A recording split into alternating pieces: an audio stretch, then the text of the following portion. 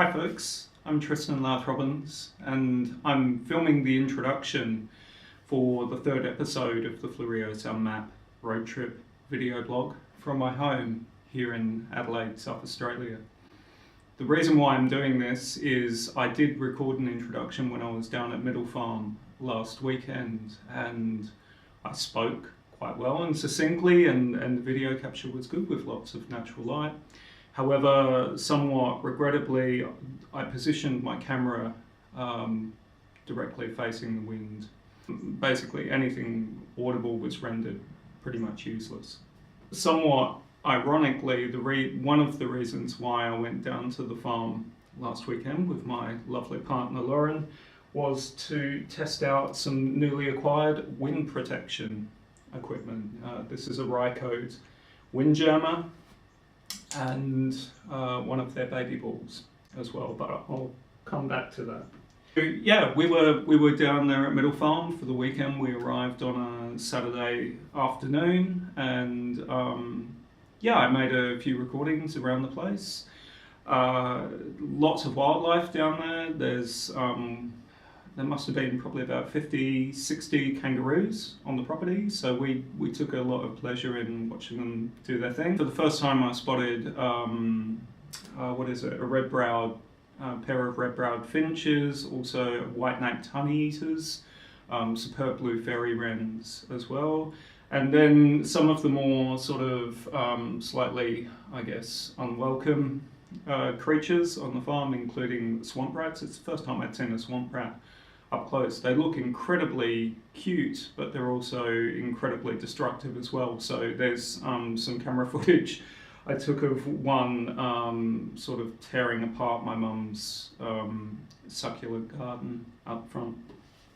So the previous video blog that I did, which was back in October 2017, was a trip to the same location, Middle Farm, which is located in the district of Yankalilla and is a couple of kilometres outside of the township of Yankalilla. That last video blog that I did, I was documenting an attempt at a dawn chorus recording.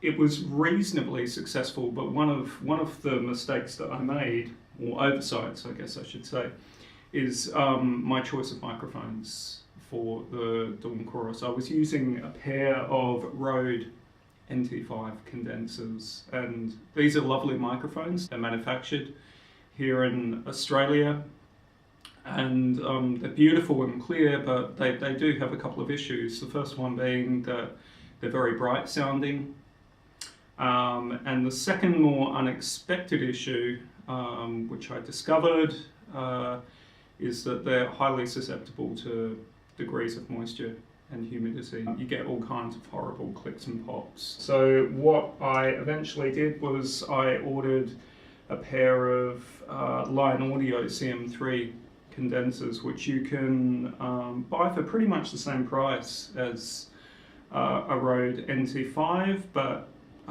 these microphones are much better suited to those conditions. And this trip down to Middle Farm last weekend was the first opportunity that I'd had to properly test them out in combination with the wind protection equipment as well, because I've run into some grief with wind, as I'm sure we all have in the past.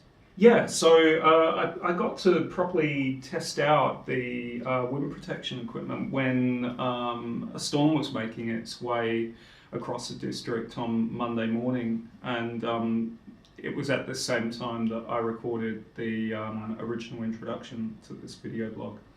So I was using a pair of Lion Audio CM3s, protected by the baby ball here. I can't remember the technical name for it, but that's what it's kind of called.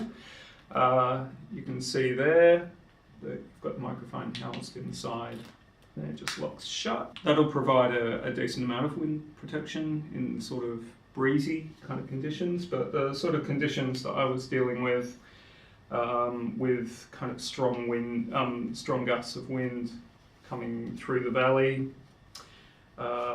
it became necessary to stick the wind jammer over the top. And For the rest of the video blog, I'll stop waffling on and I'll play you some of the recordings that I made with this setup.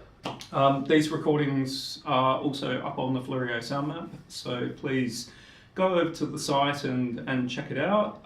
Check it out if you haven't been to the Fleurieu sound map before.